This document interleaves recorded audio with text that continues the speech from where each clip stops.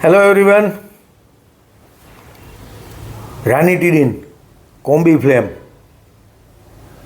Benadryl, Osthalin. કેવા સિંગ ચણા જેવા નામ લાગે હે. અને બીજી બાજુ જુઓ તો સુદર્શન ચૂર્ણ, હરડે, હિમેજ, ઈસબગુલ આ કંઈ અપરિચિત નથી લાગતા. થોડે ઘણે અંશે તો નેટ્રમૂર ને કાલિફોસ 6X ને એ બધું જાણીતું લાગે. તમને એમ લાગશે કે આ વળી અચાનક દવાના નામ ક્યાંથી ચાલુ થયા? આજની વાત, આજની લાચાર સંહિતા, આજની આયરની એ આ જ બાબત ઉપર ફોકસ છે. આપણને એવું લાગે છે કે કંઈક શરીરમાં તકલીફ થઈ એટલે તરત જ આપણે જે સૌથી વધારે જાણીતા નામો છે એ તરફ દોડીએ છીએ, જાણતા હોવા છતાં કે આમાંની ઘણી બધી વસ્તુ એવી છે કે જે ડૉક્ટરની સલાહ વગર લેવું એ જોખમી છે. ડૉક્ટરની સલાહ લઈને પણ લઈએ તો પણ ઓછું જોખમી તો નથી. આજની લાચાર સંહિતા આની ઉપર ફોકસ છે. આગળ વાત કરું એ પહેલાં હંમેશની જેમ યાદી, ન્યૂઝવાલા મીડિયાને યુટ્યુબ ઉપર લાઇક, સબસ્ક્રાઈબ, બેલ આઇકન અને જો ટૉપિક ગમે તો આપના મિત્ર વર્તુળમાં, આપના સગા સ્નેહીઓમાં શેર.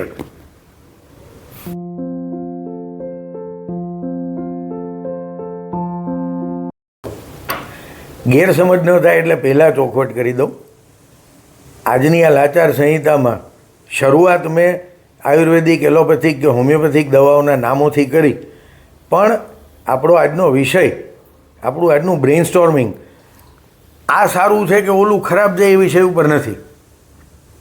કારણ કે દરેક પથ્થી પોતપોતાની જગ્યાએ સાચી હોય છે, સારી હોય છે. એટલે અને હું વ્યક્તિગત રીતે મારી એવી કોઈ હેસિયત નથી કે હું આયુર્વેદ, એલોપેથી કે હોમિયોપેથીને જજ કરી શકું, એનું મૂલ્યાંકન કરી શકું.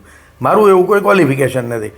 પણ જે સાધારણ રીતે જોવામાં આવે છે એ પરિસ્થિતિને આજે આપ સૌની સમક્ષ હું બ્રેઇનસ્ટોર્મિંગ માટે લઈ આવ્યો છું. પરિસ્થિતિ કેવી જોવા મળે છે?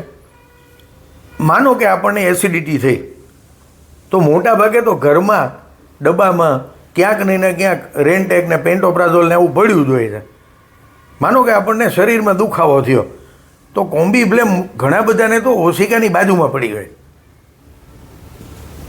એવી કોઈ પણ ચીજ, માનો કોઈને શરદી ઉધરસ થયા તો બેનાડ્રીલ સાવે સાવ હાથ વગી હોય. હવે આ બધા જ આ બધી જ દવાઓ છે, આ બધા ઇન્ગ્રેડિયન્ટ્સ છે, એના કન્ટેન્ટ છે, એ એવી ચીજો છે કે જે ડૉક્ટરની સલાહ વગર લેવું એ ખરેખર ભૂલ છે. આપણામાંથી ઘણા બધા એ જાણતા પણ હોય છે, પણ છતાં જો એને એમ કહેવામાં આવે કે એક કામ કરો, શરદી ઉધરસ જેવું લાગે છે, 2 દિવસ માટે રોજની દિવસમાં 3 વખત 2 ત્રિશુન ખાઈ લ્યો. પ્રેક્ટિકલ ડિફિકલ્ટી પણ આપણને સમજાય, કારણ કે એ વ્યક્તિને કામધંધો ખોટી થતો હોય, 1 દિવસની કે 2 દિવસની રજા પાડવી એના માટે મુશ્કેલીનું કામ હોય, એટલે એ તરત જ શું કરે, કોરેક્સ કે બેનાડ્રીલ 2 ચમચી કાઢીને પી જાય. એને ખબર છે કે અડધી કલાકમાં મારા શરદી ઉધરસ કંટ્રોલ થઈ જશે. આ જે વિજ્ઞાન છે એની પાછળ જે લાઇન ઓફ એક્શન છે એ બહુ ઓછા લોકોને ખ્યાલ હોય છે, અથવા બહુ ઓછા લોકો એ સમજવાનો પ્રયત્ન કરે. રિઝલ્ટ મળી ગયું એટલે ઘણું. અને એ રિઝલ્ટને કારણે જ એવું થાય, ડેક્ઝામિથાઝોન જેવી વસ્તુઓ, રેમડેસિવિર જેવી પ્રોડક્ટ્સ ધડાધડ ચાલે. આપણને એમ થાય કે લોકો કેવી રીતે એ સમયમાં લેતા હતા. બાકી જો સામાન્ય પેઇન કિલર, દાખલા સહિત કહું તો સાદી સીધી, હવે તો લગભગ નથી આવતી ક્યાંય, પણ એનાલ્જીન જેવી વસ્તુ, એની લાઇન ઓફ એક્શન જો કોઈને ખ્યાલ આવે ને આખી, તો એને એટલો આઈડિયા આવી જાય કે આ વસ્તુ બને ત્યાં સુધી ન લઈએ તો સારું. પણ બીજી બાજુ એ સમસ્યા એ જ થાય છે, માથું દુખે છે. હવે માથું દુખતું હોય એ ટાઈમે એનું કારણ ગોતવા બેસીએ. માનો કે હું જે ત્રીજી પથ્થીના નામ બોલ્યો 2-3 ના હોમિયોપેથી, હવે એના કોઈ કન્સલ્ટન્ટને મળીએ, એ આપણી હિસ્ટ્રી પૂછે, એમાં આપણી 3 કલાક તો હિસ્ટ્રીનું વર્ણન કરવામાં જાય, અને પછી એમ કે સવારે આપણે ગયા હોય તેમ કે સાંજે તમારી દવા તૈયાર હશે, લઈ જજો. આપણને એમ થાય માથાના દુખાવા જેવી ચીજ એક એનાલ્જીનથી જો એ કંટ્રોલ થઈ શકતી હોય તો આવડું લાંબુ કોણ કરે? તકલીફ ત્યાં છે, કારણ કે વિજ્ઞાન સમજીએ ને તો ખ્યાલ આવે. સપોઝ કે હોમિયોપેથીનો એક પાયાનો નિયમ છે, એ લોકો જે કન્સલ્ટન્ટ છે એ મારી વાત સાથે એગ્રી કરશે. હોમિયોપેથીનો પાયાનો સિદ્ધાંત એવો છે કે we cure the patient, not the disease. હવે આ સમજવા જેવી વસ્તુ છે. માથાનો દુખાવો અનેક કારણોથી હોઈ શકે, પણ આપણને એમ થાય કે એક એનાલ્જીન ખાઈ લેવાથી પતી જતું હોય તો કોણ લાંબી લપમાં પડે? તાવ આવતો હોય અને આપણને કોઈ વૈદરાજ એમ કે શું જ્વર શબ્દ વાપરે એ લોકો, કે જ્વર આવતો હોય તો એની અંદર લંઘનમ શ્રેષ્ઠમ એવું કે ઉપવાસ કરો તો તાવ એની મેળે મટી જાય. હવે આ ગળે ઉતારવું જ મુશ્કેલ છે, કારણ કે બીજી બાજુએથી એલોપેથીના ડૉક્ટર્સ પાસે જઈએ તો એ એન્ટીપાયરેટિક દવાઓ આપે, એન્ટીબાયોટિક્સ પણ આપે, અને પછી એમ કે ભૂખ્યા પેટે ન લેતા. હવે આ બે એકબીજાની સાથે કોન્ટ્રાડિક્શનમાં આવે. વૈદ એમ કે લંઘન શ્રેષ્ઠ છે અને એલોપેથીવાળા એમ કે ભૂખ્યા પેટે લેતા નહીં. પણ રિઝલ્ટ આપણને બહુ જ ઝડપથી જે મોડર્ન મેડિસિન જેને આપણે એલોપેથી કહીએ એ આપે છે, એટલી ઝડપથી બીજી પથ્થીઓ કદાચ નથી આપી શકતી. અને આપણી અંદર ઓવરઓલ એ ધીરજનો અભાવ છે, અથવા આપણા સંજોગો એવા છે કે આપણે એ ધીરજ રાખવી હોય તો એ રાખી નથી શકતા. એટલે આપણે એવી પરિસ્થિતિમાં મુકાઈ જાય, એવી લાચારીમાં મુકાઈ જાય, આપણને એમ થાય કે ખબર છે કે રેનિટીડિન કે પેન્ટોપ્રાઝોલ લાંબો સમય ન લેવાય, નિયમિત રીતે લાંબો સમય તો ન જ લેવાય. અને છતાંય ક્રોનિક એસિડિટીના પેશન્ટ હોય તો એને એમ વિચાર આવે કે અવિપતિકર ચૂર્ણ ખાઉં તો કેટલા દિવસે અસર થાય, કેવી અસર થાય. એના કરતાં પેન્ટોપ્રાઝોલમાં ફિક્સ જ છે. સવારે ભૂખ્યા પેટે એક પેન્ટોપ્રાઝોલ ખાઈ લીધી એટલે બીજા દિવસે સવાર સુધી નિરાશ.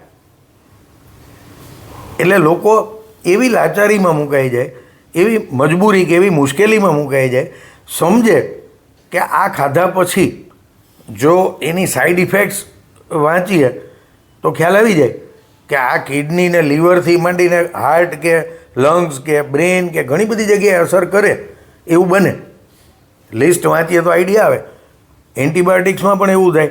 મોસ્ટ કોમન કમ્પ્લેન એન્ટીબાયોટિક જ્યારે લોકો લે ત્યારે એમ કે ગેસ્ટ્રિક અપસેટ બહુ રહે છે. હવે સાદી સીધી સમજણ છે, દવા એ નિર્જીવ પદાર્થ છે. એન્ટીબાયોટિક મતલબ કે એન્ટીબેક્ટેરિયલ મેડિકલની ટર્મિનોલોજીમાં, તો એન્ટીબેક્ટેરિયલ મતલબ શરીરમાં રહેલા બેક્ટેરિયાને મારવાવાળો પદાર્થ, અથવા એને વધારે ટેકનિકલી જુઓ તો એ બેક્ટેરિયાને પેરેલાઇઝ કરવાવાળો પદાર્થ. હવે એ નિર્જીવ પદાર્થ છે, એને ક્યાં ખબર છે કયા પર્ટિક્યુલર બેક્ટેરિયાને મારે મારવાનું છે કે નિર્જીવ કરવાનું છે? એને તો એ સમજણ નથી, એની પાસે બ્રેઇન નથી. અને શરીરમાં કંઈ એક જ પ્રકારના બેક્ટેરિયા તો છે નહીં, અસંખ્ય પ્રકારના બેક્ટેરિયા શરીરમાં હોય છે. અને એ બેક્ટેરિયા જ્યારે આવું કોઈ એન્ટીબાયોટિક શરીરમાં જાય, પાછું ફાર્માસ્યુટિકલ કંપનીઓની જ્યારે એ પ્રોડક્ટની લીફલેટ કે એવું વાંચીએ તો એમાં એક શબ્દ હોય બ્રોડ સ્પેક્ટ્રમ એન્ટીબાયોટિક. હવે બ્રોડ સ્પેક્ટ્રમનો અર્થ શું?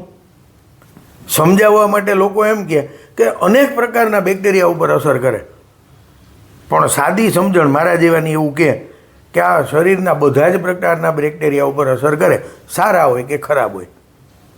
એવું નથી કે શરીરમાં જે બેક્ટેરિયા છે એ બધા ખરાબ જ છે. ઘણા બેક્ટેરિયા એવા હોય છે કે જે શરીર માટે હેલ્પફુલ છે. હવે હેલ્પફુલ બેક્ટેરિયાને એન્ટીબાયોટિક પતાવી દે. પેટની અંદર જે બેક્ટેરિયા રહેલું હોય, જે પાચનમાં મદદરૂપ થવાનું હોય, એ બેક્ટેરિયાને ઇન્ફ્લુએન્ઝાના બેક્ટેરિયાની સાથે આને પણ મારી નાખે એન્ટીબાયોટિક. એટલે દશા શું થાય? ઓલાનું તો જે થવું હોય એ થાય, પણ અહીંયા અપસેટ ચાલુ થાય. અને પછી લોકો ફરિયાદ કરે એન્ટીબાયોટિક ખાઈ દઈને એટલે મને ભયંકર રીતે પેટની તકલીફ થાય છે. થવાની જ હોય, કારણ કે એનો ગુણ છે અથવા અવગુણ છે. એન્ટીહિસ્ટામિન આપણે જેને બેનાડ્રી લેવા બહુ મોસ્ટ કોમન નેમથી ઓળખીએ, શરદી જેવું કંઈક લાગે એટલે લોકો એમ કે કોરેક્સ પીજા, ને ઉધરસ લાગે તો એમ કે કોરેક્સ પીજા. શરદી જેવું લાગે, નાક ગળતું હોય તો એમ કે બેનાડ્રી લઈ લે ને 2 ચમચી સારું થઈ જશે. અને આપણે એમ થાય કે હા ઓકે તને સારું થઈ ગયું તો મને થઈ જ જાય. પછી કોઈ ઓલું યાદ ન રાખે કે એનો બળદ મરી ગયો તો મારોય મરી જશે. એટલે એ બેનાડ્રીલ 2 ચમચી ઠપકારે. હવે બેનાડ્રીલ પીધા પછી એમ કે ઘેન જેવું બહુ લાગે છે. હવે અંદર જે કન્ટેન્ટ છે એન્ટીહિસ્ટામિન, એની આ પ્રકૃતિ છે, એનું કામ જ એ છે. પેન કિલરની સીધી સાદી વાત કરું, લોકો એમ કે કોમ્બી ફ્લેમ ખાઈએ એટલે દુખાવો મટી જાય. કેવી રીતે મટે છે? કારણ કે પેનના સિગ્નલને જે જગ્યાએ, દાખલા તરીકે મારા હાથમાં કંઈક વાગ્યું ને મને એટલે મૂઢ માર વાગ્યો ને પેઇન થયું, સોજો આવી ગયો, હું એક આવી કોઈ પેઇન કિલર લઉં છું અથવા કોઈ એન્ટી ઇન્ફ્લામેટરી લઉં છું. એ લીધા પછી શું કરે છે? આ જે વસ્તુ છે એને કંઈ ક્યોર કરે છે એવું માની લેવાની જરૂર નથી. એ પેઇનના સિગ્નલને અહીંથી બ્રેન સુધી જતા રોકે છે. હવે વિચાર કરો, જો આ લાંબો ટાઈમ સુધી નિયમિત રીતે લેવામાં આવે તો શું થાય? પણ સામે પક્ષે મજબૂરી એ જ છે કે જો હું આ ન લઉં તો શું થાય? તમે મને ઓપ્શન આપો, કોઈ એમ કહે કે તમે મને ઓપ્શન આપો કે મને અહીંયા મૂઢમાર વાગ્યો, મને સોજો આવી ગયો અને મને દુખાવો થાય છે અને મારે ગાડી ચલાવીને ઓફિસે જવાનું છે. હવે આ મારી મજબૂરી છે અથવા મારું રોજિંદું કામ છે અને આને હું ડિસ્ટર્બ કરી શકું એમ નથી.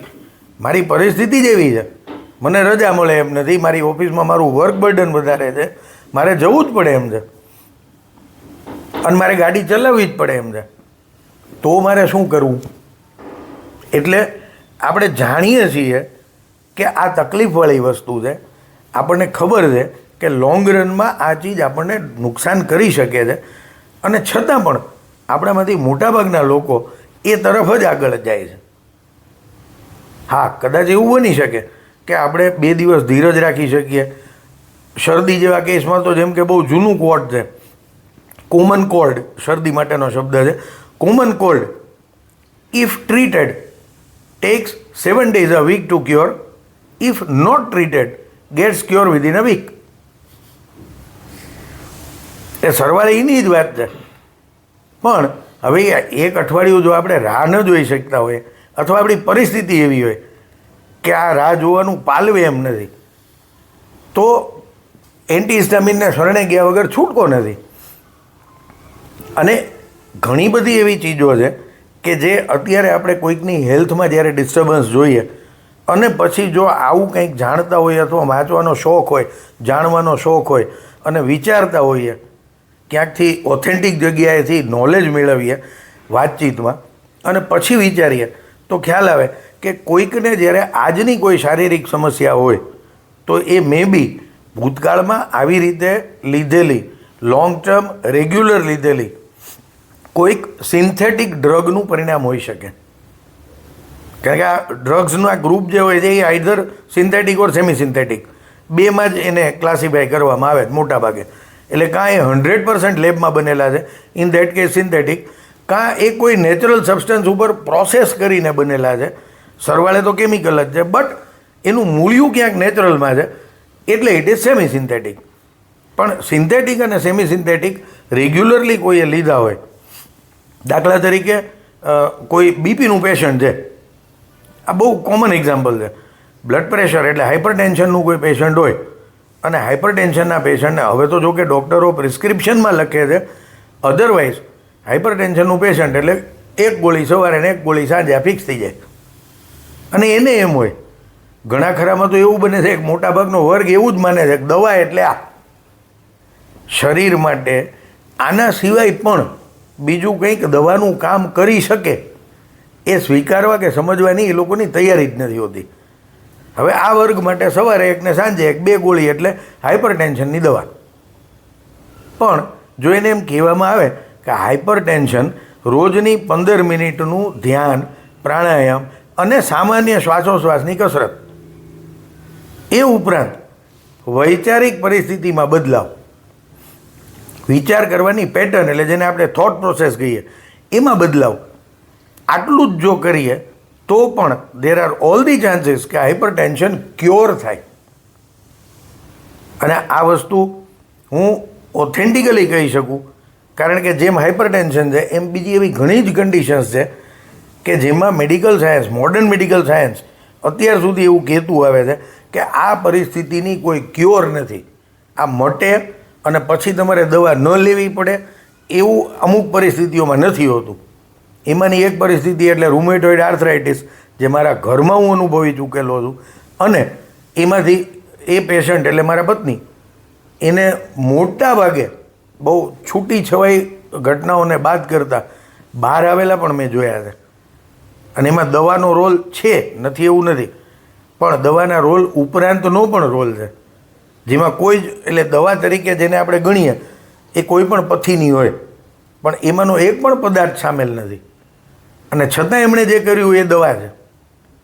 પણ આ સમજવાની, આ સ્વીકારવાની આપણામાંથી મોટાભાગના લોકોની તૈયારી જ નથી હોતી.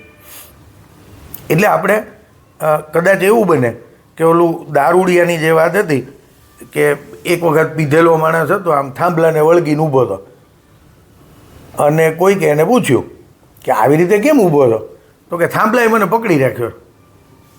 ઓલાએ કીધું ભાઈ હાથ ખોલ એટલે તું છૂટો જ છો, થાંભલાએ તને નથી પકડી રાખ્યો, તે થાંભલાને પકડી રાખ્યો. એટલે આપણામાંથી ઘણા ખરાની હાલત એવી હોય છે, આપણને એમ થાય છે દવા એટલે આ તાવ એન્ટીબાયોટિક, શરદી એન્ટીહિસ્ટામિન, પેઇન કે સ્વેલિંગ કે inflammation anti inflammatory, acidity antacid. આપણે આનાથી આગળ વિચારતા નથી હોતા, અને સામે મજબૂરી જેમ મેં કીધું એમ છે જ કે વિચારતા હોવા છતાં અમલ નથી કરી શકતા. તો આ જે સિચ્યુએશન થાય છે, આ જે લાચારીમાં આપણે મુકાઈએ છીએ, આનો તોડ શું? આનો ઉકેલ શું? જેમ હું દર વખતે કહેતો આવું છું, આ વખતે ફરીથી કહું, મારું કામ, ઘણા મને એવું કહે છે કોમેન્ટમાં કે તમારું કામ એવું છે કે તમે ગામના ગળામાં ગાળીઓ પહેરાવીને નીકળી જાઓ છો. કબૂલ, પણ બ્રેન સ્ટોર્મિંગ એના વગર તો શક્ય જ નથી. અને એક સાથે એક નહીં, અનેક વિચારો જો ભેગા થાય તો એમાંથી કંઈક એવો નિષ્કર્ષ આવે કે જેને આપણે કોન્ક્રીટ સોલ્યુશન તરીકે કોઈકની સામે મૂકી શકીએ. એટલે ફરી પાછી આપ લોકોને વિનંતી સાથે કે ભાઈ ન્યૂઝવાલા મીડિયાને લાઇક, સબસ્ક્રાઈબ, બેલ આઇકન અને શેર આટલું કરીને સહકાર આપો. આપના જે પણ વિચારો હોય એ યુટ્યુબના કમેન્ટ બોક્સમાં પ્રગટ કરો. આપણે એવું કરીએ કે આપણા બધાના વિચારોને એકઠા કરીએ, અને એમાંથી જે લોકોને આમાંથી કંઈક સારું નીપજી શકે એમ છે, કંઈક મળી શકે એમ છે, તો એને આપણે ઉપયોગી થઈએ. આજની મારી લાચાર સંહિતા આ વાત સાથે આપણે પૂર્ણ કરીએ. ફરી પાછા નવા એપિસોડમાં નવા વિષય સાથે, નવી લાચારી સાથે મળીશું. ત્યાં સુધી રજા આપશો. Thank you. Good bye.